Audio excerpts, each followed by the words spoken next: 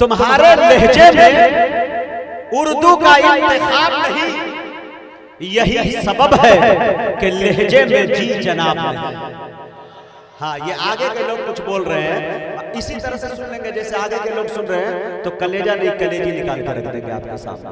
अब जिन मुकर्रिर का आप इंतजार कर रहे थे माशाल्लाह, बड़े लंबे लंबे कदमों के साथ माशाल्लाह हमारे फजीलतुल शेख अब्दुल गफ्फार सल्फी साहब बनारस की सनाती सरजमी से चलकर माशाल्लाह आ गए हैं। उनका पुरमग़्ज़ बयान सुनना है और बगैर सुने इंशाल्लाह जाना नहीं है। तुम्हारे लहजे में उर्दू का इंतखाब नहीं, यही सबब है कि लहजे में जी जनाब नहीं।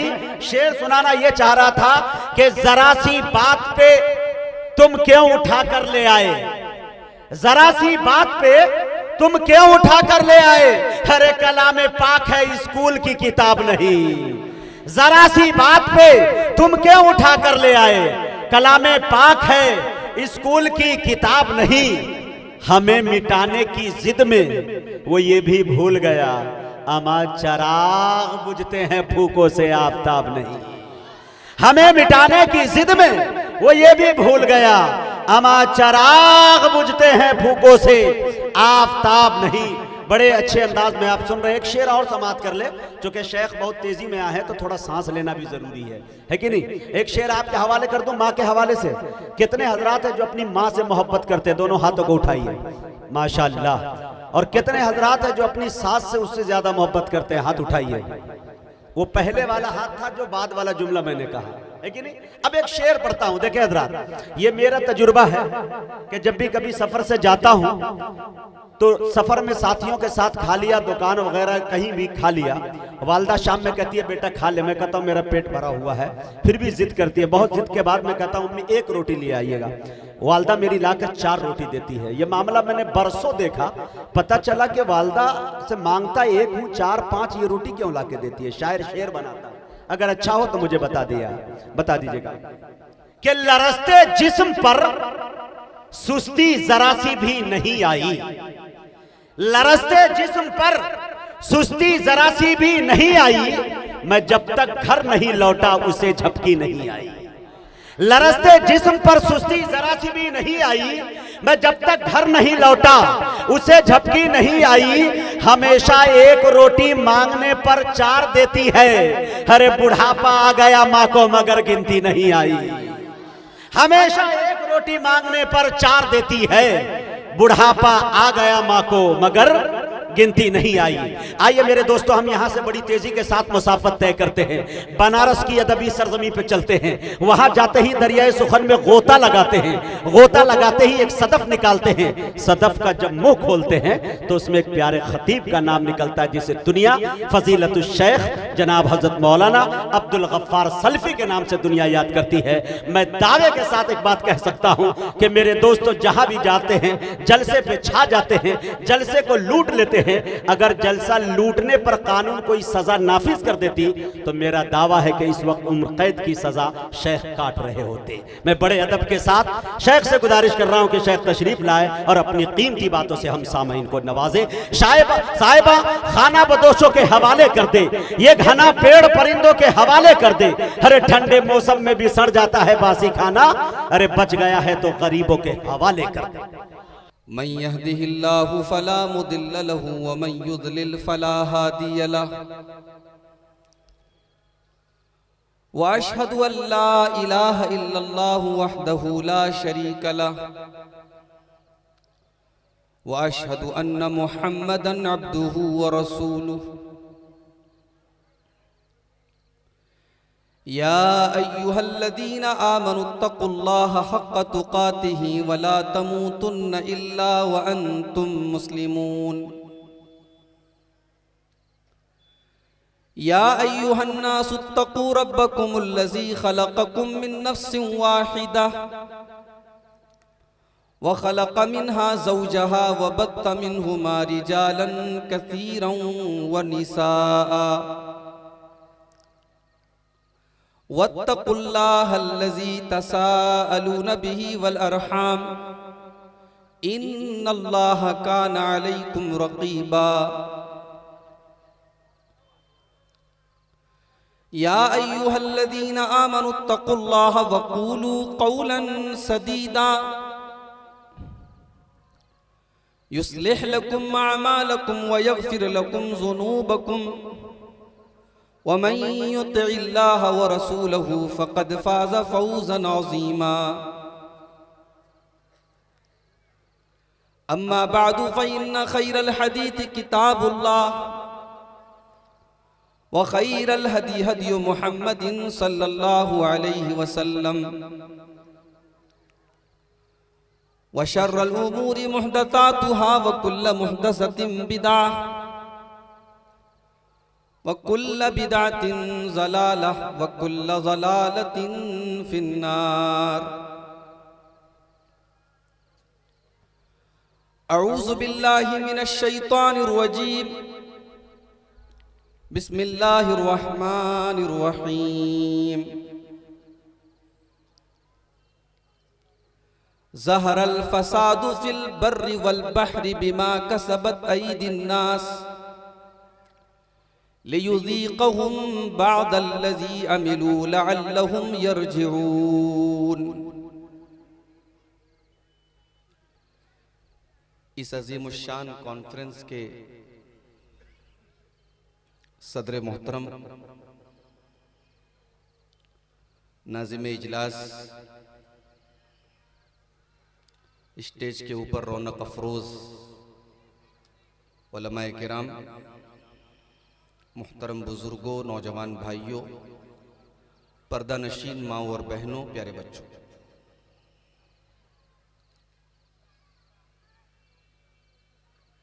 ये अज़ीमुश्शान कॉन्फ्रेंस इस्लाह मुआशरा के मकसद से मुनक़िद हुई है। मुआशरे की इस्लाह कैसे की जाए, समाज को कैसे सुधारा जाए, सोसाइटी के अंदर पाए जाने वाली खराबियों का इलाज कैसे किया जाए, ये मोटो है, ये मकसद है इस कॉन्फ्रेंस का।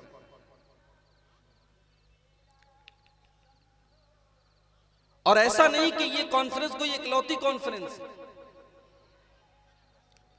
इस तरीके की कॉन्फ्रेंस हर साल हजारों की तादाद में हो रही है। लेकिन क्या वाकई में मुआशरे की इस्लाह हो रही है? समाज सुधर रहा है? बुराइयों का ग्राफ नीचे आ रहा है? नहीं, बल्कि हालात और बद से बदतर होते चले जा रहे हैं। समाज सुधर नहीं रहा है, बुराइयां बढ़ रही हैं, नेकियां घट रही हैं। क्यों? रीजन क्या है? वजह क्या है? कुरान करीम का मुताला हम करते हैं तो कुरान हमें जवाब देता है। ज़हरल फ़सादु फ़िल बर्रि वल बहरि बिमा कसबत अयदिन नास। दुनिया के अंदर जहां भी तुम्हें फसाद नजर आ रहा है, बिगाड़ नजर आ रहा है, परेशानियां नजर आ रही हैं, तबाही नजर आ रही है, ओ लोगों, वो तुम्हारे करतूतों का, तुम्हारे गलत कामों का, तुम्हारे कामों का नतीजा है। 2020 में कोरोना आया, 2021 शुरू हो चुका है, एक साल का पीरियड गुजर चुका है, कोरोना खत्म नहीं हो रहा है, मौतें बराबर हो रही हैं, केसेस बढ़े जा रहे हैं। रमजान का मुबारक महीना फिर एक बार और खतरे में नजर आ रहा है। रब्बुल आलमीन की रहमत हमसे रूठ चुकी है। अल्लाह तबारक व तआला हमसे नाराज है, और इसलिए नाराज है कि इतनी बड़ी वबा आने के बावजूद हमारे अंदर कोई तब्दीली, कोई चेंजिंग नहीं आई। ज़हरल फ़सादु फ़िल बर्रि वल बहरि बिमा कसबत अयदिन नास। मेरे बंदो, दुनिया के अंदर तुम्हें जो भी बिगाड़ नजर आ रहा है, जो भी फसाद नजर आ रहा है, वो तुम्हारे अपने करतूतों का नतीजा है, वो तुम्हारे गलत कामों का नतीजा है। लियुज़ीक़हुम बादल्लज़ी अमिलू, ये कोरोना, ये बीमारियां, ये वायरस, ये अल्लाह ताला दुनिया में इसलिए भेजता है ताकि तुम्हारे कुछ गुनाहों की सजा तुम्हें अल्लाह ताला दे दे। अल्लाह तुम्हें सारे गुनाहों की सजा अगर दे देगा तो तुम जमीन पर रहने के काबिल भी न बचोगे। अल्लाह तबारक व तआला तुम्हारे कुछ गुनाहों की सजा दे देता है।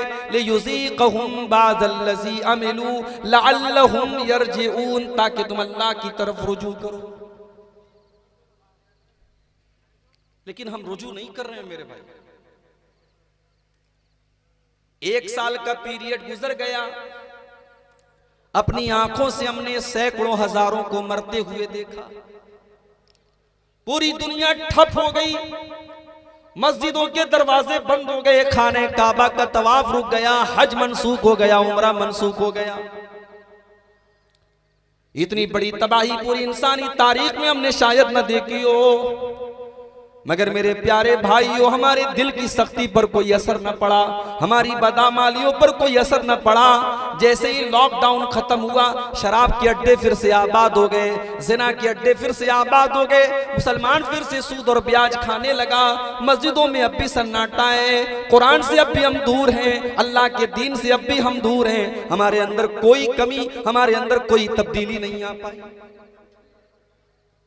हम समाज को सुधारेंगे? समाज ऐसे नहीं सुधरेगा मेरे भाई।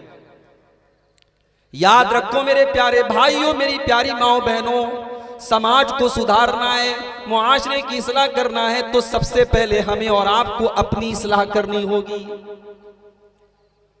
आज अफसोस की बात यह, हम दूसरों की तो इस्लाह करना चाहते हैं, दूसरों को तो सुधारना चाहते हैं, मगर अपने आप को कोई सुधारने के लिए तैयार नहीं है। हर आदमी दूसरे के ऊपर उंगली उठा रहा है, हर आदमी दूसरे को सुधारना चाहता है, कोई अपने गरेबान में झांकने को तैयार नहीं है।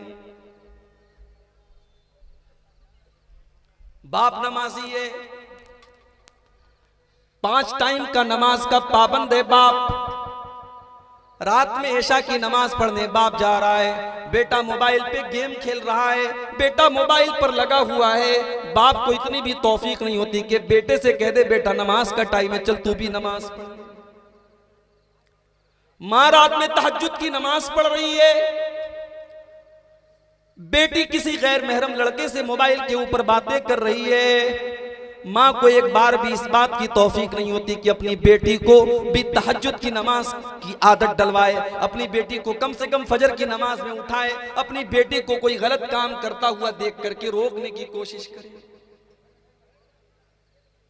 मेरे प्यारे भाइयों, अपने परिवार से हम सब मोहब्बत करते हैं, हर माँ बाप को अपनी औलाद से प्यार है, हर माँ को अपने बेटों से बेटियों से प्यार है, हर बाप को अपने बच्चों से प्यार है। हमारे बच्चों को जरा सी खरोंच आ जाए, बाप बेचैन हो जाता है, माँ बेचैन हो जाती है। आज हमारे बेटे जहन्नम की आग की तरफ जा रहे हैं, हमारी बेटियां जहन्नम की आग की तरफ जा रही हैं। हमने अपने बच्चों को, अपने घर वालों को जहन्नम की आग से बचाने के लिए क्या इंतजाम किया है? दुनिया में कभी आग लगती है तो जो डेड बॉडी होती है, जो आग में जली बॉडी होती है, उसको देखने के लायक वो लाश नहीं होती है। कमजोर दिल और दिमाग का आदमी जली हुई लाश को नहीं देख सकता। मेरे प्यारे भाइयों, तुम दुनिया की आग में अपने बच्चों को जलता हुआ नहीं देख सकते।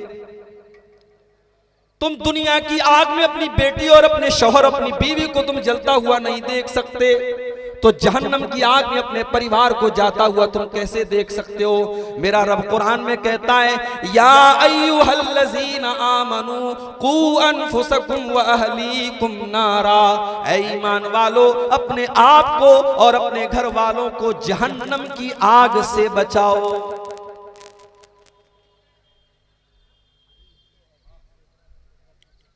दुनिया की आग जलाने के लिए काफी है मगर दुनिया की आग से 79 गुना ज्यादा, 69 गुना ज्यादा खतरनाक जहन्नम की आग है। अल्लाह फरमाता है मेरे बंदो तुम अपने बच्चों को, अपने परिवार को, अपनी बीवी को, अपने घर वालों को जहन्नम की आग से बचाओ। और जहन्नम की आग पेट्रोल और डीजल से न जलेगी, जहन्नम की आग मिट्टी के तेल से न जलेगी। वक़ूदुहन्नास वल हिजारा, जहन्नम की आग तो इंसानों से जलेगी, जहन्नम की आग तो पत्थरों से जलेगी। अपने बच्चों को, अपने परिवार को जहन्नम की आग से बचाओ। मेरे प्यारे भाइयों, हम समाज को सुधारने की बात करते हैं और अपने घर वालों को सुधारने की कोशिश नहीं करते। आज गौर करो, आज हमारे घरों में कितने लोग हैं जो अपने घरों में कुरान पढ़ते और पढ़वाते हैं। आज कुरान को रमजान में शायद 2-4 पारे हमने रमजान में पढ़ लिए, वरना साल भर कुरान को लपेट करके, रेशम के कपड़े में लपेट करके हम अलमारियों में, ताकों में सजा देते हैं। कुरान पढ़ने का हमारे पास है, हमारी औरतों के पास टाइम नहीं है। बहुत काम है भैया आपको। मेरी प्यारी माओ बहनों, बहुत काम करती हैं आप अपने घरों में, लेकिन हजरत फातिमा से ज्यादा तो काम आप न करती होंगी। हजरत फातिमा तो अपने घर के काम भी किया करती थी और हसन हुसैन की परवरिश भी किया करती थी, अपने नाना की हदीसें भी सुना करती थी, अपने वालिद की बातें भी सुना करती थी, अपने शौहर के साथ रात में तहज्जुद भी पढ़ा करती थी और अपने हाथों से आटा भी पीसा करती थी, अपने हाथों से चक्की भी चलाया करती थी। मेरी प्यारी माओ बहनों, एक मुसलमान औरत वो होती है, कुरान कहता है वज़कुरन मा युतला फी बुयूतिकुन्न मिन आयातिल्लाहि वल हिकमा। मुसलमान के घर में मुसलमान औरतें वो होती हैं जो अल्लाह की किताब की तिलावत करती हैं, जो कुरान और हदीस को पढ़ा करती हैं। आज हालात इस हद तक पहुंच चुके हैं। हमारे उत्तर प्रदेश का एक मलऊन इंसान कुरान की 26 आयतों का पर एतराज करता है, सुप्रीम कोर्ट में अर्जी दायर करता है। हम बेचैन हो जाते हैं।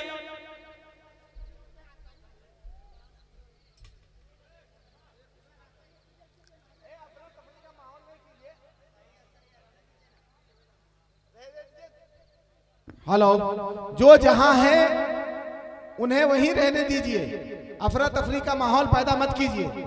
कुर्सियां पूरब की जानिब खाली है, आप लोग खुद वहां जाकर के बैठ जाएं, अपनी जगह ले लें। शुरू। कुरान मजीद की 26 आयतों पर एक मलून एतराज कर रहा है। हम और आप बेचैन हो गए, परेशान हो गए। मगर मेरे प्यारे भाइयों, कभी हमने गौर किया कि उस कुरान के ताल्लुक से हमारा रवैया क्या है? आज अगर एक गैर मुस्लिम को 26 आयतें हमारे सामने पढ़ दे और पूछ ले कि तुम बताओ इन 26 आयतों पर एतराज किया जा रहा है, इन 26 आयतों का तुम्हारे पास क्या जवाब है, तो हम सिवाय बगले झांकने के कोई जवाब नहीं दे पाएंगे, क्योंकि उन कुरान की उन 26 आयतों को तो हमने भी नहीं पढ़ा कायदे से। हमने कुरान को तबर्रुक की किताब बना लिया। हमने समझा कुरान का हक ये कि जब झगड़ा हो जाए तो कुरान उठा के कसम खा लो। हमने समझा कुरान का हक ये है कुरान को पढ़ के आंखों से चूम लो। हमने समझा कुरान का हक ये है कि कुरान को तावीज बना के गले में लटका लो। ओ लोगों, कुरान इन सारी चीजों के लिए नाजिल नहीं हुआ था। कुरान तो सारी मानवता के लिए, सारी इंसानियत के लिए, सारी कायनात के लिए मार्गदर्शन करने के लिए और सच्चाई का रास्ता दिखाने के लिए कुरान नाजिल हुआ था। शाहरु रमजान अल्लज़ी उन्ज़िल फ़ीहिल कुरान हुदल लिन्नास। ओ लोगों, रमजान के महीने में ये कुरान उतारा गया था। ये पूरी इंसानियत को हिदायत देने के लिए, पूरी इंसानियत के गाइडेंस के लिए, पूरी इंसानियत के मार्गदर्शन के लिए कुरान उतारा गया था। कुरान से हम दूर हैं और फिर हम ये चाहते हैं समाज सुधर जाए।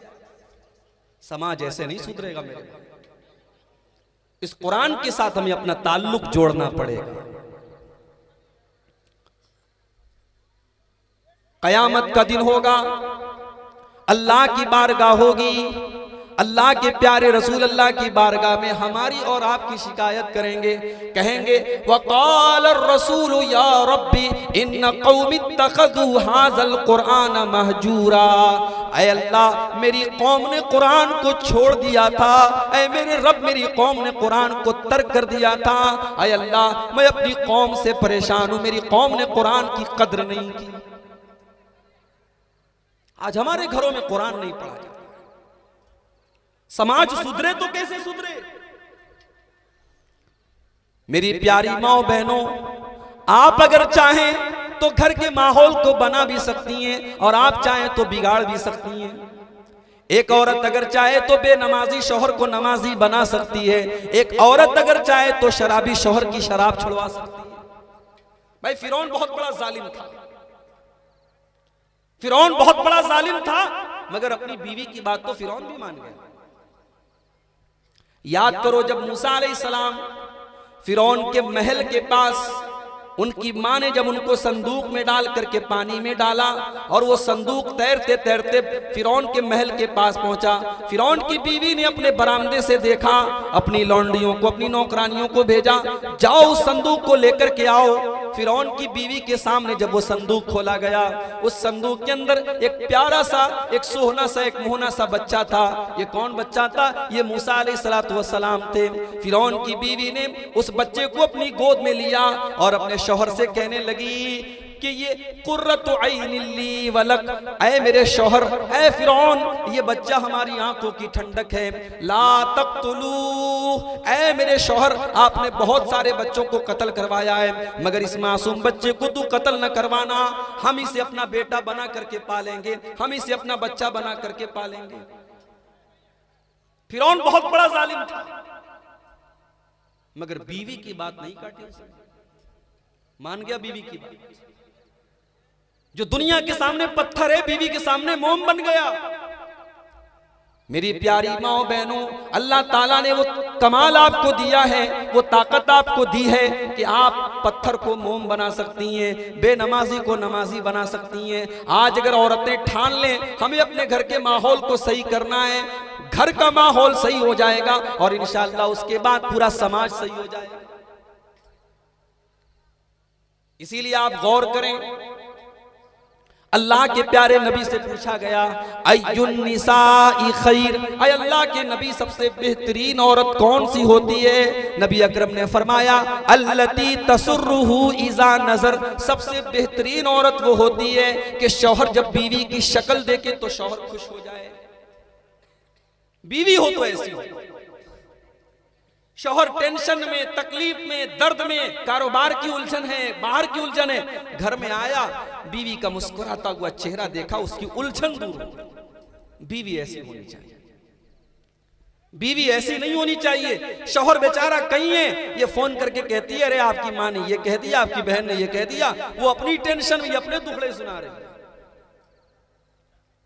एक अच्छी बीवी, एक शौहर का दर्द बांटने वाली बीवी घर में आ जाए तो घर जन्नत बन जाता है। मेरे प्यारे याद करो जब हमारे नबी के ऊपर कुरान की पहली वही नाजिल हुई और सूरे अलग की 5 आयतें आपके ऊपर नाजिल हुई। इक़रा बिस्मि रब्बिकल्लज़ी खलक़, खलक़ल इंसान मिन अलक़, इक़रा व रब्बुकल अकरम अल्लज़ी अल्लम बिल कलम अल्लमल इंसान मा लम यालम। जब कुरान की ये 5 आयतें हमारे नबी के ऊपर नाजिल हुई और अल्लाह ने आपको नबी बनाया, आप घबराए घबराए घर आए।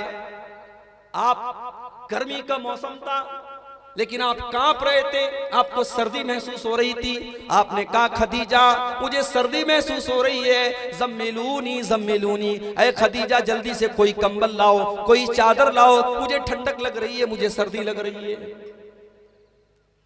हजरत खदीजा दौड़ी दौड़ी गई, चादर लाके आपको दिया, कंबल लाके आपको दिया। बुखारी के अल्फाज हैं, हजरत खदीजा ने जब कंबल ला करके उड़ाया, अल्लाह के नबी कहने लगे ऐ खदीजा आज तो मेरे साथ बहुत बड़ा वाकया हो गया है। आज अल्लाह ताला ने मुझे अपना नबी बनाया है, आज मुझे नबूवत अता की गई है। ऐ खदीजा, इतनी बड़ी जिम्मेदारी मेरे कंधों पर डाली गई है। लक़द खशीतु अला नफ्सी, ऐ खदीजा मुझे डर लग रहा है कहीं मेरी जान न चली जाए। ऐ खदीजा कहीं मैं हलाक न हो जाऊं, मुझे अपनी जान का डर है। शौहर टेंशन में, शौहर घबराहट में है। अब एक नेक बीवी का किरदार क्या होना चाहिए, हजरत खदीजा ने वो किरदार निभाया मेरे प्यारे भाई। हजरत खदीजा कहने लगी, कल्ला वल्लाहि मा युखज़ी कल्लाहु अबदा, ऐ मेरे सरताज, अल्लाह ताला आपको कभी रुसवा न करेगा, अल्लाह आपको कभी जलील न करेगा। इन्नका लतसिलुर रहीम व तुक्सिबुल मादूम व तुक़रिज़ ज़ईफ़ व तुईनु अला नवाइबिल हक़, ऐ मेरे सरताज, आप तो मेहमानों की मेहमान नवाजी करते हैं, आप तो रिश्तेदारों के साथ अच्छा सलूक करते हैं, आप तो बेसहारा लोगों को सहारा देते हैं, आप तो यतीमों के मावा हैं, आप तो गरीबों के मलजा हैं, आप तो सबके सुख दुख में काम आते हैं। अल्लाह तबारक व तआला आपको कभी बर्बाद न करेगा, अल्लाह आपको कभी रुसवा न करेगा। अगर इतनी बड़ी जिम्मेदारी अल्लाह ने आपके कंधे पर डाली है तो ये जिम्मेदारी अल्लाह ताला पूरी भी करवाएगा, आपको घबराने की जरूरत नहीं है।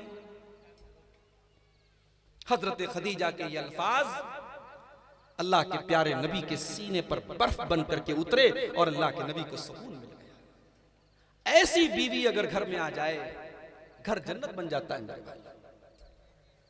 समाज को सुधारना है तो सबसे पहले घर को सुधारना पड़ेगा, और घर को सुधारना है तो नेक औरत को घर में लाना पड़ेगा। मगर हम नेक औरत कहां से लाएंगे? हमने तो अपने लड़के को बैंक का चेक बना के रखा है, शादी के मौके पर इसको कैश कराएंगे। 5 लाख, 10 लाख, 15 लाख, 20 लाख, जितनी मोटी रकम हम खींच सकते हैं हम अपने बेटे के जरिए खींच के लाएंगे। शादी कहां हो रही है भाई? सौदा हो रहा है, सौदा।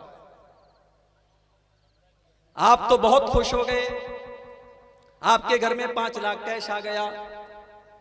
आपने कभी ये जानने की कोशिश न की कि उस लड़की के बाप ने वो 5 लाख कैश जो आपको दिया है उसने कैसे इंतजाम किया है। हाँ, अगर कोई करोड़पति और लखपति था तो ठीक है, उसने इंतजाम कर दिया। एक गरीब बाप जिसके घर में जवान बेटियां हो, जरा उस गरीब बाप के बारे में सोचो। वो गरीब बाप अपनी बेटी का जहेज तुमको कहां से ला के देगा? हो लोगो, इस जहेज की रस्म की वजह से उस गरीब बाप के लिए उसकी बेटी बोझ बन गई है। हो लोगो, तुमने अपनी करतूत की वजह से एक बेटी को बोझ बना दिया है। ये बेटी बोझ तो नहीं है, ये बेटी बाप के सीने का बोझ तो नहीं है, ये बेटी तो बाप के लिए रहमत बन करके आई थी। मेरे नबी फरमाते हैं, मनिबतुलिया मिन हाज़िहिल बनाति शैया, जिसको अल्लाह ताला बेटी दे देता है, जिसके घर में बेटी का जन्म होता है, जिसको अल्लाह ताला लड़की अता कर देता है और उस लड़की की, उस बेटी की वो परवरिश करता है, उसको अच्छी तालीम देता है, उसकी अच्छी तरबियत करता है, कुन्न लहू सितरम मिनन नार, वो बेटियां, वो लड़कियां अपने माँ बाप को जहन्नम की आग से बचाने का काम करती हैं। हो लोगो, बेटी तो माँ बाप को जहन्नम की आग से बचाने आई थी, बेटी तो माँ बाप के लिए रहमत बन करके आई थी, लेकिन तुमने जहेज जैसी गंदी रस्म ला करके उन बेटियों को अपने बाप के लिए बोझ बना दिया। बेटी तो बोझ बन गई, और इतना बड़ा बोझ बन गई कि आज हमारी एक बहन आयशा बानो नाम की वो लड़की इसी जहेज की लानत की वजह से आजिज आ करके उसने साबरमती नदी में कूद करके जान दे दी। उसने खुदकुशी कर ली, सुसाइड कर लिया, आत्महत्या कर ली। मैं ये नहीं कहता उसने सही किया, उसने बहुत गलत काम किया, उसने गुनाह का काम किया। मगर मेरे प्यारे भाइयों, हमें और आपको इस पर भी गौर करना पड़ेगा कि आयशा बानो ने ये कदम क्यों उठाया। उसके पीछे कहीं ना कहीं जहेज भी बहुत बड़ी वजह है, इस जहेज की गंदी रस्म भी बहुत बड़ी वजह है। और मुझे बड़ी खुशी है कि आज इस मजमे में, इस प्रोग्राम में एक बड़ी तादाद में हमारे सलफी भाई भी मौजूद हैं, अहले हदीस भाई भी मौजूद हैं। बड़ी अच्छी बात है। हमारा मनहज है कुरान और सुन्नत, हमारा तरीका कुरान और सुन्नत वाला है। हम नमाज पढ़ते हैं, हम कोशिश करते हैं नबी अकरम के तरीके पर हमारी नमाज हो। हम जिंदगी के सारे मसाइल में इत्तिबाए सुन्नत की बात करते हैं, और जब शादी ब्याह की बात आती है तो हम रस्म रिवाज की बात करते हैं। हम शादी ब्याह में कुरान हदीस को छोड़ के रस्म रिवाज की पैरवी करते हैं। हम कैसे अहले हदीस है मेरे भाई? हमारी इत्तिबाए सुन्नत का जज्बा कहाँ गया और कुरान और हदीस पे चलने का दावा कहाँ गया? अगर हम जहेज लेते हैं और बारात लेके जाते हैं और इन शादी के इन रस्म रिवाज को हम निभाते हैं, तो फिर हमें अपने दावे पर फिर से गौर करने की जरूरत है। हमारा इत्तिबाए सुन्नत पर दावा करना, इत्तिबाए सुन्नत का दावा करना हमारा फिर गलत माना जाएगा। इस्लाह मुआशरा ऐसे नहीं होगी मेरे भाई। हमें सबसे पहले अपनी और अपने घर वालों की इस्लाह करना। अपने घर की औरतों को दीनदार बनाओ, दीनदार औरत को घरवाली बनाओ।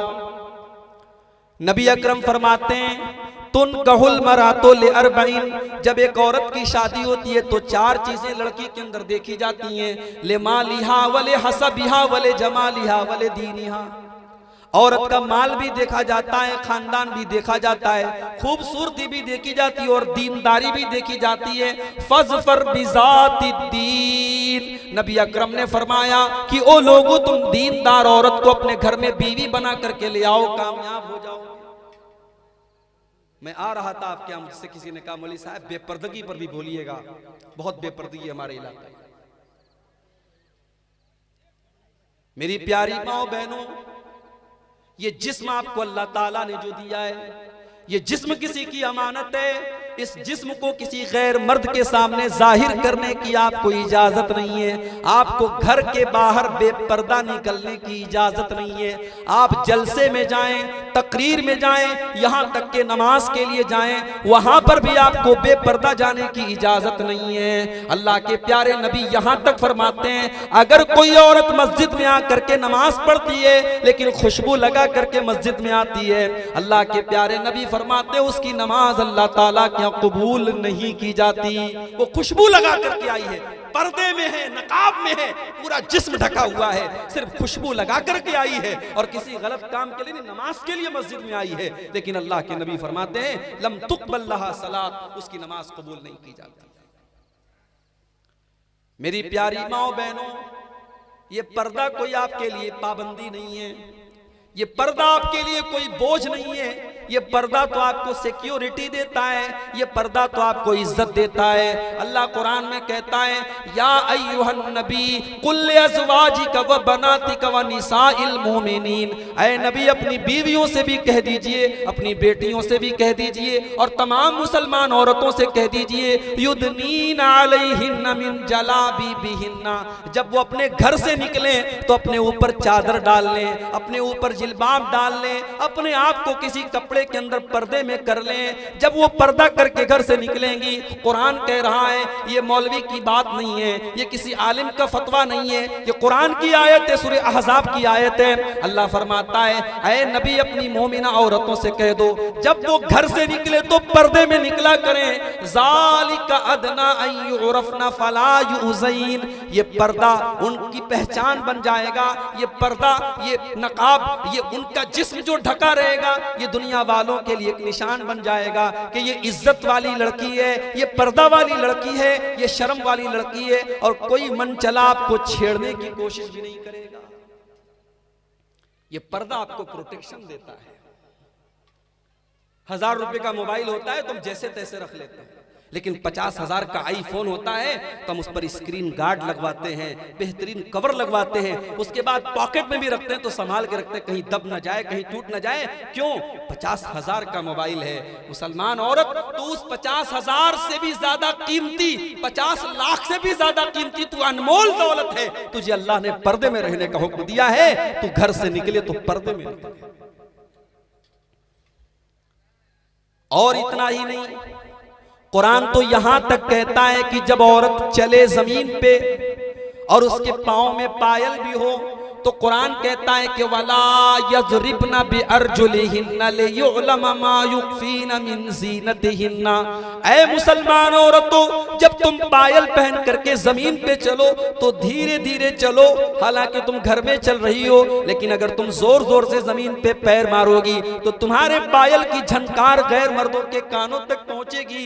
और अल्लाह ताला को ये बात गवारा नहीं है, अल्लाह को ये बात पसंद नहीं है कि मुसलमान औरत के पायल की झनकार भी गैर मर्दों तक पहुंचे। माहौल बहुत खराब हो रहा है मेरे भाई। एक मुसलमान औरत आज शर्मो हया जो उसका सबसे बड़ा गहना था, आज वो गहना खत्म हो रहा है। और अफसोस की बात यह है, अब गांव और देहात में भी ऐसे कपड़े पहने जा रहे हैं कि जिन कपड़ों को देख करके एक इज्जतदार आदमी की शर्म से निगाहें झुक जाएं। एक औरत के बदन की वो तमाम चीजें जो छुपी रहनी चाहिए आज वो जाहिर की जा रही हैं। आज बेपर्दगी को फैशन का नाम दे दिया गया, बेहयाई को फैशन का नाम दे दिया गया। अब छोटे छोटे कस्बों और देहातों में भी लड़कियों के हाथ में मोबाइल आ गया। अब सेल्फी लेने का शौक पैदा हो गया, अब व्हाट्सएप और फेसबुक पर फोटो डालने का दौर आ गया। अब गांव देहात की भी मुसलमान लड़कियां अपने वीडियो और फोटो बना बना करके अपने स्टेटस पे डाल रही हैं, अपने इंस्टाग्राम पे डाल रही हैं। याद रखो मेरे भाइयों, मेरी प्यारी माओ बहनों, अगर आपने अपने जिस्म की नुमाइश की है, अगर आपने अपने जिस्म को दुनिया के सामने जाहिर किया है, तो कुरान की उस आयत को भी अपने सामने रखना। अल्लाह फरमाता है, इन्नल्लज़ीना युहिब्बूना अन तशीअल फाहिशतु फिल्लज़ीना आमनू लहुम अज़ाबुन अलीमुन फिद दुनिया वल आखिरह। जो लोग मुसलमानों के दरमियान बेहयाई को फैलाना चाहते हैं, बेपर्दगी को फैलाना चाहते हैं, उनको आखिरत में तो अजाब मिलेगा ही मिलेगा, दुनिया में भी दर्दनाक अजाब मिलेगा। बड़ी मेहनत हो रही है आज चेहरे के ऊपर। लड़कियां तो लड़कियां हैं भाई साहब, लड़के भी आजकल फेस वॉश के बगैर मुंह नहीं धोते हैं। सैलून में बाल बनवाने जाते हैं तो कहते हैं कि मेरा बाल वैसा बनवा दो जैसा सलमान खान का बाल है। कुछ बेचारे तो जाके कहते हैं कि आधा बाल रहने दो, आधा मुझे टकला बना दो। चेहरे पर इतनी मेहनत कर रहे हो, बाल को तरह तरह की शक्लें दे रहे हो, बंदर की तरह भालू की तरह तुम बाल रख रहे हो। मेरी बहनों, तुम मिरर के सामने, आईने के सामने बैठ जाती हो तो एक एक घंटे तुम मेकअप करती हो। अच्छी खासी आंखें, उस आंखों को तुम ब्लू बना लेती हो, पीला बना लेती हो, लाल बना लेती हो, पलकों की को संवार लेती हो, चेहरे पर न जाने कितने किस्म की क्रीमें लगा लेती हो। आजकल तो ये सब जो दुकानें खोल के बैठे हैं ब्यूटी पार्लर वाले, ये तो बिल्कुल काली कलूटी औरत भी जाती है तो इतना प्लास्टर करते हैं और इतना उस पर रंग रोगन चढ़ाते हैं, वो बेचारी हीरोइन बन के बाहर निकलती है। इतनी मेहनत हो रही है चेहरे के ऊपर। लेकिन मेरे प्यारे भाइयों, मेरी प्यारी बहनों, याद रखो, ये खूबसूरत चेहरे अगर तुमने अल्लाह ताला को राजी न किया तो जहन्नम की आग में झुलसा दिए जाएंगे। इसलिए कि अल्लाह ताला तुम्हारे चेहरों को नहीं देखता है, अल्लाह ताला तुम्हारी स्मार्टनेस नहीं देखता है, अल्लाह ताला तुम्हारी खूबसूरती नहीं देखता है। अल्लाह के नबी फरमाते हैं, इन्नल्लाह ला यंजुरु इला सुवरिकुम व अजसामिकुम। अल्लाह ताला तुम्हारे चेहरे नहीं देखता, अल्लाह ताला तुम्हारे शरीर नहीं देखता, वलाकिन यंजुरु इला कुलूबिकुम व आमालिकुम। अल्लाह ताला तो तुम्हारे दिलों को देखता है, तुम्हारे दिल कितने पाक साफ हैं, तुम्हारे दिल में अल्लाह का कितना डर है, तुम्हारे दिल के अंदर कितना ईमान है। अल्लाह ताला तो तुम्हारे दिलों को देखता है, अल्लाह ताला तो तुम्हारे अमल देखता है। नबी अकरम के पास एक औरत आई, काली कलूटी औरत है, खूबसूरत नहीं है, काली कलूटी औरत है। आकर के कहती है, अल्लाह के नबी, मुझे मिर्गी का दौरा आता है और जब ये दौरा मुझे आता है मैं बेहोश हो जाती हूं, और जब ये दौरा मुझे आता है तो अल्लाह के नबी मेरा सतर खुल जाता है, मेरी शर्मगाह खुल जाती है। अय अल्लाह के नबी, मेरे हक में दुआ कर दीजिए, अल्लाह ताला ये बीमारी दूर कर दे, ये मुझसे बर्दाश्त नहीं होती। बहुत गौर से सुनना, अपने चेहरों पर प्लास्टर करने वाली मेरी बहनों और फेस वॉश से अपना मुंह धोने वाले मेरे नौजवानों, इस वाकये को बहुत गौर से सुनना। काली कलूटी औरतें नबी अकरम से दुआ कराने आई है और कह रही है अल्लाह के नबी मुझे मिर्गी का दौरा आता है, मैं बेहोश हो जाती हूँ, मेरा सतर खुल जाता है, आप दुआ कर दीजिए ये बीमारी दूर हो जाए।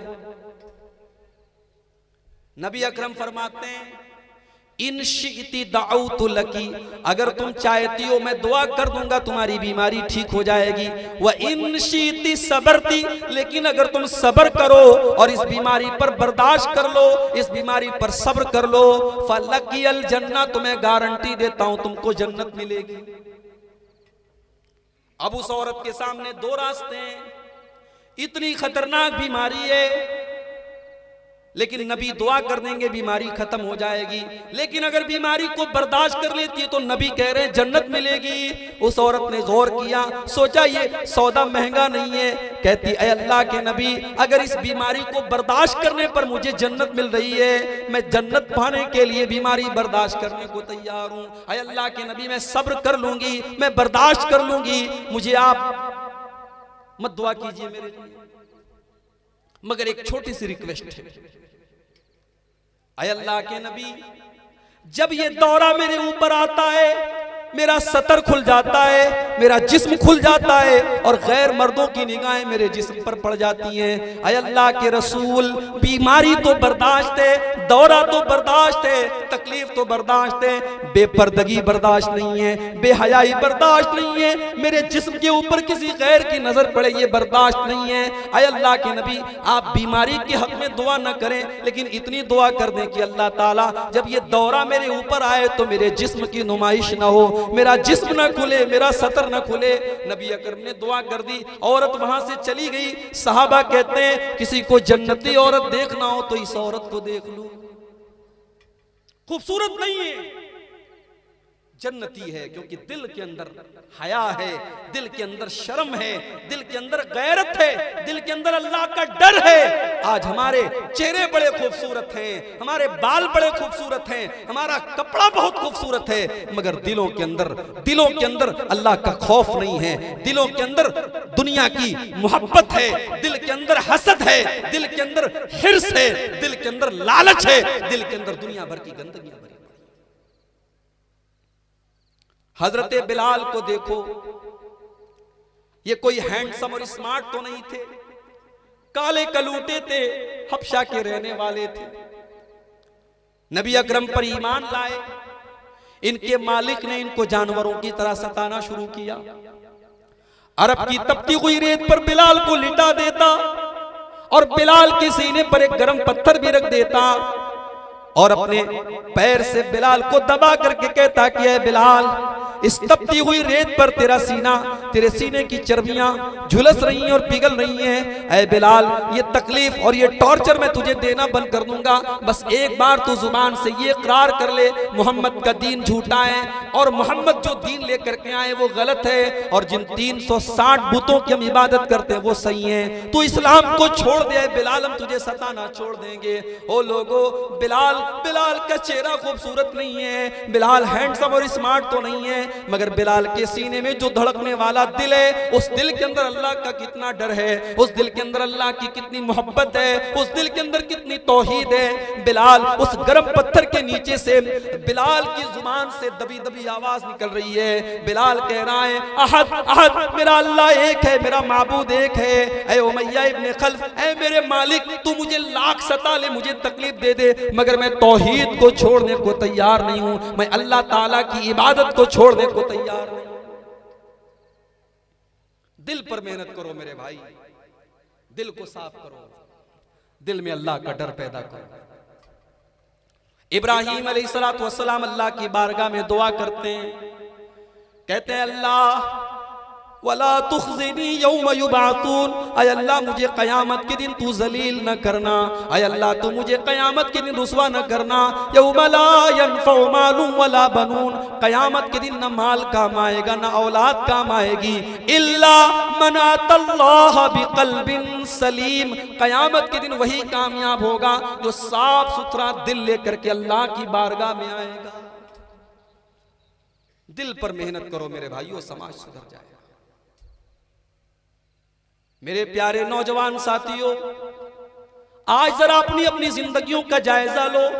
आज हमारे नौजवानों को क्या हो गया है, आज उनकी जिंदगी का मकसद क्या है, आज खाना है, कमाना है, एंजॉय करना है। कोई गुटखा खाने में मस्त है, कोई सिगरेट पीने में मस्त है, कोई लड़कियों से बातें करने में मस्त है, किसी को शराब में सुकून मिल रहा है, किसी को जिना में सुकून मिल रहा है। ओ मेरे नौजवान भाइयों, ये तुम्हारी जिंदगी का मकसद तो नहीं है, तुम्हें अल्लाह ने इसलिए तो नहीं बनाया है। अगर जिंदगी का मकसद खाना, कमाना और एंजॉय करना है तो फिर अल्लाह ने हमको इंसान क्यों बनाया? हम जानवर भी तो बन सकते थे, अल्लाह ने हमें इंसान इसलिए बनाया क्योंकि हम अल्लाह की इबादत करें, हम अल्लाह को राजी करें। कुल इन्ना सलाती व नुसुकी व महयाया व ममाती लिल्लाहि रब्बिल आलमीन। ऐ नबी आप ऐलान कर दीजिए, मुसलमान की नमाज, मुसलमान की कुर्बानी, मुसलमान का जीना, मुसलमान का मरना सब अल्लाह रब्बुल आलमीन के लिए। मेरे नौजवान साथियों, अगर हम और आप अपनी जिंदगी के इस मकसद को समझ लें तो शायद शराब के अड्डों पर मुसलमान नजर ना आए, शायद जिनाकारी के अड्डों पर मुसलमान नजर ना आए, शायद सिगरेट पीने वाले मुसलमान नजर ना आए, शायद गुटखा खाने वाले मुसलमान नजर ना आए, अगर हमारे नौजवान को अपनी जिंदगी का मकसद मालूम हो जाए। बहुत नेक हैं, नमाजी हैं, मगर अब तो हाथों में मोबाइल आ गया। मोबाइल पे क्या चल रहा है, किससे बात हो रही है, किससे चैटिंग हो रही है, या तो आप जानते हैं या अल्लाह जानता है। अब तो ज़िनाकारी उंगली के एक टच पर है। एक व्हाट्सएप की चैटिंग बदकारी में कब चेंज हो जाए कोई गारंटी नहीं है। फेसबुक के मैसेंजर पर एक गैर महरम लड़की से मुलाकात कब उससे हकीकी मुलाकात में तब्दील हो जाए कोई भरोसा नहीं है। आज इस मोबाइल ने हमारी खलवतों और तन्हाइयों को दागदार बना दिया है, बड़े बड़े मुत्तकी और परहेजगारों के तकवा को पाश पाश कर दिया है। मेरे प्यारे भाइयों, इस मोबाइल के दौर में नबी अकरम की वो हदीस हमेशा अपने सामने रखें। बड़ी ये हदीस जब मैं पढ़ता हूं तो अपने हाल पर भी तरस आता है और सबके हाल पर तरस आता है कि आज हमारी तन्हाइयां कैसी और हम अल्लाह को क्या जवाब देंगे। इब्ने माजा की रिवायत है, हजरत सौबान रज़ी अल्लाह ताला अन्हु हदीस के रावी हैं, कहते हैं कि अल्लाह के नबी सल्लल्लाहु अलैहि वसल्लम ने फरमाया, लआलमन्ना अक़वामम मिन उम्मती यातून यौमल क़ियामह, मेरी उम्मत के कुछ लोग क़यामत के दिन आएंगे, बड़ी बड़ी नेकियां लेकर के आएंगे, रोजे नमाज और ज़कात लेकर के आएंगे। फ़यजअलु अल्लाहु अज़्ज़ा व जल्ला हबाअम मंसूरा, अल्लाह तबारक व तआला उनकी नेकियों को बर्बाद कर देगा। उनके रोजे बर्बाद, उनकी नमाजें बर्बाद, उनके हज बर्बाद, उनकी ज़कात बर्बाद। या अल्लाह, नेकी लेकर के आया और नेकी बर्बाद। भाई एक आदमी किसान है, मेहनत करके खेती कर रहा है जमीन में, और उसके बाद पैदावार के टाइम आसमान से ओला बरस जाए, उसकी खेती तबाह हो जाए, तो वो बेचारा बैठ के रोता है। जिसने खेती नहीं की वो थोड़ी रोएगा। नेकी करके गया है, इबादतें करके गया है और उसकी इबादतें बर्बाद है। हजरत सौबान कहते हैं, अल्लाह के नबी, वो कौन बदनसीब लोग होंगे जिनकी नेकियां बर्बाद हो जाएंगी। प्यारे नबी फरमाते हैं, ऐ सौबान, वो तुम्हारे ही जैसे लोग होंगे, वो कलमा पढ़ने वाले लोग होंगे, वो मुसलमान लोग होंगे। वलाकिन्नहुम इज़ा खलौ बिमहारिमिल्लाहि इंतहकूहा, बस एक कमी उनके अंदर होगी, जब वो अकेले में होंगे, तन्हाई में होंगे, अल्लाह को नाराज करने वाले काम करेंगे, गलत काम करेंगे, उनकी तन्हाई गुनाहों से भरी होगी। मेरे भाइयों, मेरे नौजवान साथियों, हम और आप इस हदीस पर अपने आप को गौर करें कि क्या आज हमारी तन्हाइयां तो गुनाहों से नहीं भरी हुई। ये सामने इतने सारे कैमरे लगे हुए, ये कैमरे रिकॉर्ड कर रहे हैं ना, मैं जो बोल रहा हूं, मैं जो मेरे हाथों की एक एक हरकत रिकॉर्ड हो रही है।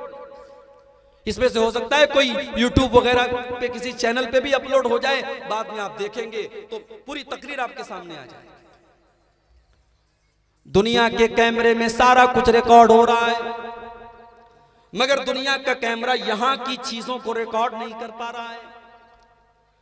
दुनिया के कैमरे में जो सामने चल रहा है वो तो रिकॉर्ड हो रहा है, लेकिन दिल के अंदर क्या चल रहा है वो रिकॉर्ड होने वाला नहीं है। लेकिन मेरे प्यारे भाइयों, अल्लाह ताला का जो कैमरा है, अल्लाह का जो रिकॉर्डिंग सिस्टम है, वो तो दिल के अंदर चलने वाली चीजों को भी रिकॉर्ड कर रहा है।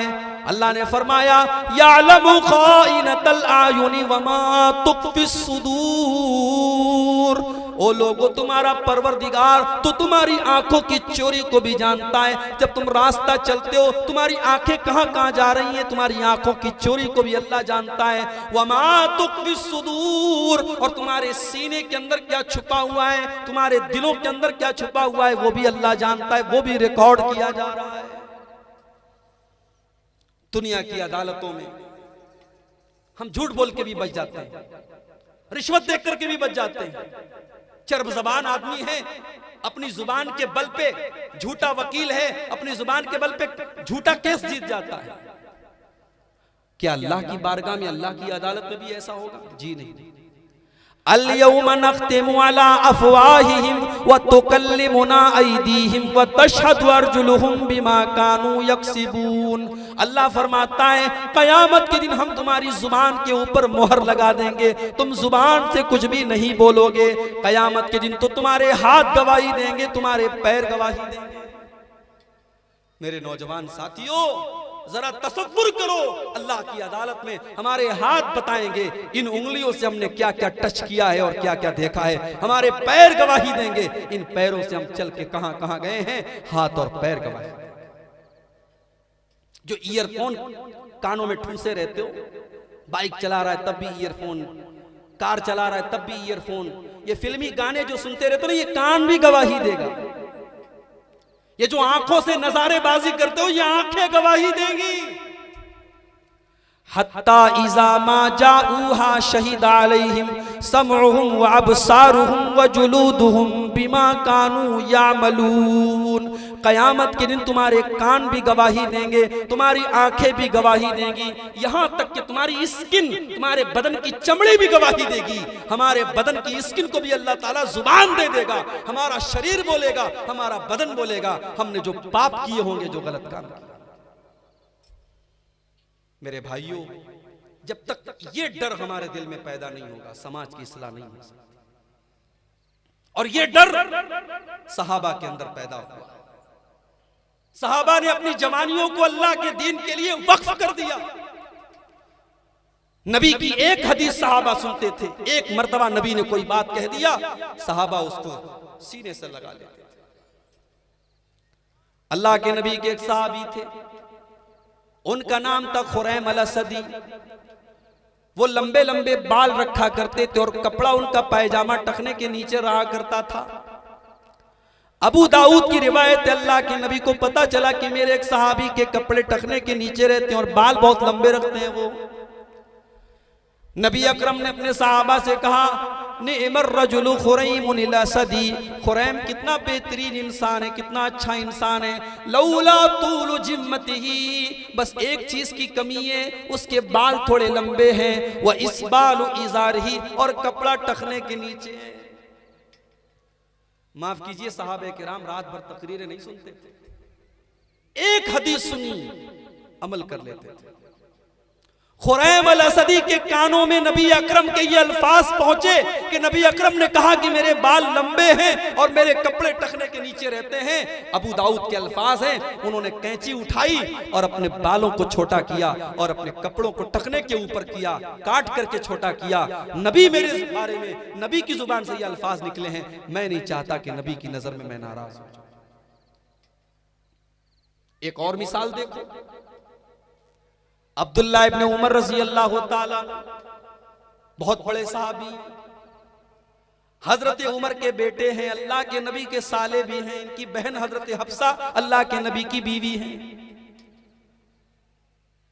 हजरत अब्दुल्ला इब्न उमर मस्जिद में लेटे हुए, सोए हुए हैं, रात में ख्वाब देखते हैं, सपना देखते हैं। ख्वाब में देखते हैं कि दो लोग इनके पास आए, उनको पकड़ के कुआं के पास लेके गए। इन्होंने कुएं में झांक करके देखा तो कुएं के अंदर आग जल रही थी, आग भड़क रही थी। ये डर गए। उन दोनों लोगों ने कहा, डरो मत, तुम इसके अंदर नहीं जाओ। अब्दुल्ला इब्न उमर की नींद खुली। ये ख्वाब देख करके, सपना देख करके डर गए कि ये अजीबोगरीब ख्वाब मैंने क्यों देखा। सहाबा की आदत थी, जब वो कोई ख्वाब देखते थे अल्लाह के रसूल सल्लल्लाहु अलैहि वसल्लम से आकर के बताते थे, अल्लाह के नबी ताबीर बयान करते थे। अब्दुल्ला इब्न उमर की हिम्मत नहीं पड़ी कि अपना ये ख्वाब मैं रसूल अकरम से बयान करूं। वो अपनी बहन के पास आए। कौन थी इनकी बहन? हजरत हफ्सा बिनते उमर, अल्लाह के रसूल सल्लल्लाहु अलैहि वसल्लम की बीवी हजरत हफ्सा। बहुत सारी बातें ऐसी होती है ना जो भाई किसी से शेयर नहीं करता, अपनी बहन से शेयर करता है। ये भाई बहन का रिश्ता भी बड़ा प्यारा होता है। हजरत अब्दुल्लाह इब्न उमर अपनी बहन के पास आए, अय हफ्सा मैंने ऐसा ऐसा ख्वाब देखा है, तू जरा अल्लाह के नबी से इस ख्वाब की ताबीर पूछ के मुझे बता दे। हजरत हफ्सा अल्लाह के नबी के पास आती हैं, अय अल्लाह के नबी मेरे भाई ने ऐसा ऐसा ख्वाब देखा है, जरा इस ख्वाब की ताबीर बता दें आप। नबी अकरम ने जब ख्वाब सुना, कहा कि अय हफ्सा तुम्हारे भाई ने कोई बुरा ख्वाब नहीं देखा है, अच्छा ख्वाब देखा है। नेमर रजुल अब्दुल्ला, अय हफ्सा तुम्हारा भाई बहुत अच्छा इंसान है, बहुत नेक इंसान है। लौ काना युसल्ली मिनल लैल, बस एक चीज की कमी है, तुम्हारा भाई रात में तहज्जुद नहीं पढ़ता है, इशा के बाद वो सो जाता है। जाओ अपने भाई से कहो वो रात में उठ करके क़ियामुल लैल किया करे, तहज्जुद पढ़ा करे। हजरत हफ्सा आती हैं और अपने भाई से कहती हैं कि अल्लाह के नबी ने आपके बारे में ऐसा ऐसा जुमला कहा है। बुखारी के अल्फाज हैं, अब्दुल्ला इब्न उमर रजी अल्लाह तआला अन्हु के कानों में जब अल्लाह के प्यारे नबी के ये जुमले पढ़े कि नबी ने मेरे बारे में ये कहा है कि काश कि अब्दुल्ला रात में तहज्जुद पढ़े। बुखारी के अल्फाज हैं, फकाना ला यनामु मिनल लैल इल्ला कलीला, उस दिन के बाद अब्दुल्ला इब्न उमर कभी तहज्जुद पढ़े बगैर रात में सोते नहीं थे। रोजाना वो तहज्जुद पढ़ के ही रात में आराम करते थे, कभी बिना तहज्जुद पढ़े वो नहीं सोते थे। ये सहाबा थे मेरे भाई, ये नौजवान थे, इनकी वजह से समाज में तब्दीली आई, समाज सुधरा है। समाज शराबियों और ज़नाकारियों से सुधरेगा नहीं और बिगड़ेगा। मेरे नौजवान भाइयों, मैं आपसे अपील करता हूं, अपनी जवानी की कद्र करो, ये बड़ी अजीम नेमत है और अल्लाह इस नेमत के बारे में आपसे सवाल करेगा। ये जवानी अय्याशी के लिए नहीं है, ये जवानी शराब पीने के लिए नहीं है, ये जवानी ज़नाकारी के लिए नहीं है। इस जवानी का एक मकसद है मेरे भाई, ये जवानी अल्लाह को राजी करने के लिए है। और मेरे रब की कसम, तुम जवानी में अगर सजदे करोगे, उस सजदे की अल्लाह ताला क्या जो कीमत और वैल्यू है वो बुढ़ापे के सजदे की नहीं है। जवानी की जो तिलावत है, जवानी की जो तहज्जुद है, जवानी की जो इबादत है, और जवानी में जो तो अपने गुनाहों से अपने आप को बचाओगे, उसकी जो अहमियत अल्लाह ताला क्या वो बुढ़ापे की नहीं। एक आखिरी वाकया सुना के बाद खत्म करता हूं, 12 बजने में 5 मिनट बाकी, मुझे 12 बजे स्टेज छोड़ दे। नौजवानों की बात कर रहा हूं। हजरत मुसअब इब्न उमैर रज़ी अल्लाह तआला अन्हु नौजवान साहबी थे और इतने खूबसूरत थे, पूरे मक्का में इनसे ज्यादा हैंडसम और स्मार्ट कोई नौजवान नहीं था।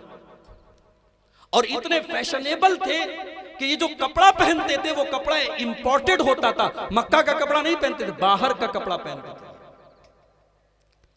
मुसअब इब्न उमैर जो खुशबू लगा के मक्का में निकलते थे, पूरे मक्का में वो खुशबू किसी के पास नहीं होती थी।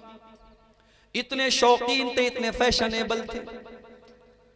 यही मुसअब इब्न उमैर जब इस्लाम कबूल करते हैं और अल्लाह के नबी के ऊपर ईमान लाते हैं, इनकी माँ इनको घर से निकाल देती है, बाप अपनी जायदाद से बेदखल कर देता है।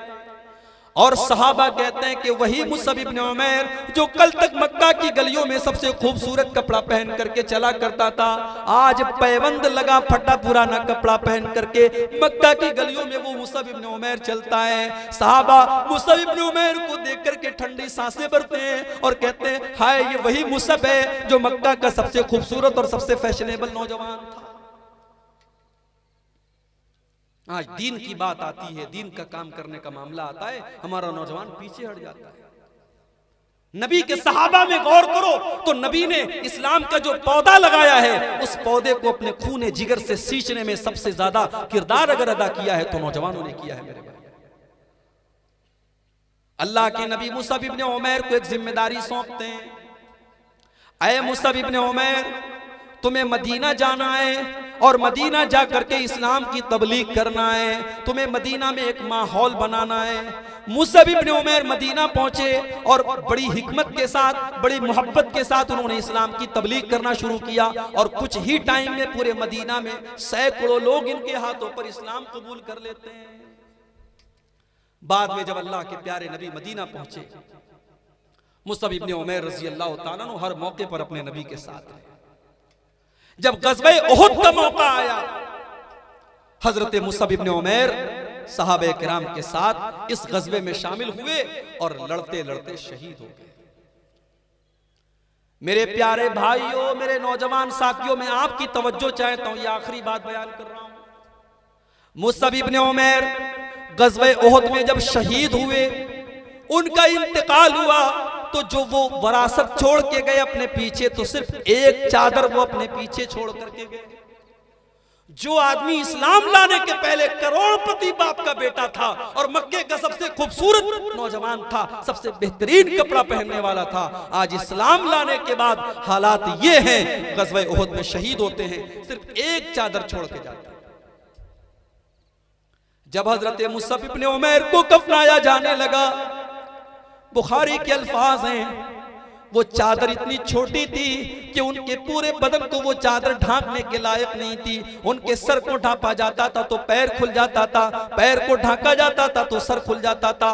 किसी तरीके से उनके सर को ढांका गया और पैर के ऊपर घास डाली गई और उनको किसी तरीके से दफनाया गया। हजरत अब्दुर्रहमान इब्न औफ जब मुसअब इब्न उमैर को याद करते थे तो रोने लगते थे, कहते थे अल्लाह की कसम, ये वो लोग थे जिन्होंने दुनिया के फितने को अपने ऊपर हावी नहीं होने दिया। मेरे नौजवान साथियों, दुनिया की दौलत, दुनिया की औरत, दुनिया की रंगीनी, ये सब सहाबा के दौर में भी थी, मगर सहाबा के सामने एक टारगेट था, और वो टारगेट क्या था? हमें अल्लाह को राजी करना है। ये जिंदगी अल्लाह की अमानत है, मौत कभी भी आ सकती है, हम अल्लाह के जाएंगे, अल्लाह को क्या हिसाब देंगे, ये डर था सहाबा को। और यही डर, इसी डर की वजह से सहाबे किराम ने अपनी जिंदगियों को अल्लाह को राजी करने वाले कामों में गुजारा है।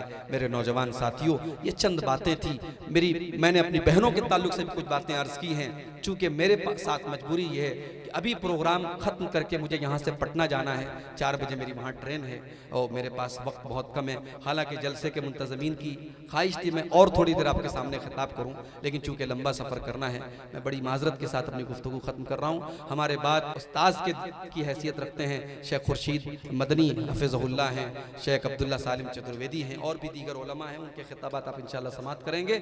इस्लाह मुआशरा के ताल्लुक से ये चंद बातें आपके सामने मैंने बयान की हैं। अल्लाह से हम दुआ करते हैं रब्बुल आलमीन इन बातों पर मुझे और आप सबको अमल करने की तौफीक अता फरमाए।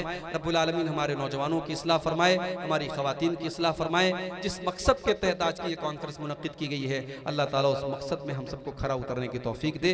अल्लाह ताला इस जलसे में आने वाले, शरीक होने वाले और सुनने वाले, सुनाने वाले सबके इल्म व अमल में अल्लाह ताला बरकत अता फरमाए। अल्लाह हमको हर बीमारी से शिफायाब कर दे। हम में से जो लोग बीमार हैं, अल्लाह उनको सेहत अता फरमाए। जब तक हम दुनिया में जिंदा रहें, इस्लाम पर जिंदा रहें और खात्मा हम सबका ईमान पर हो। आमीन। व आखिर दावाना अनिल हम्दुलिल्लाहि रब्बिल आलमीन। वस्सलामु अलैकुम।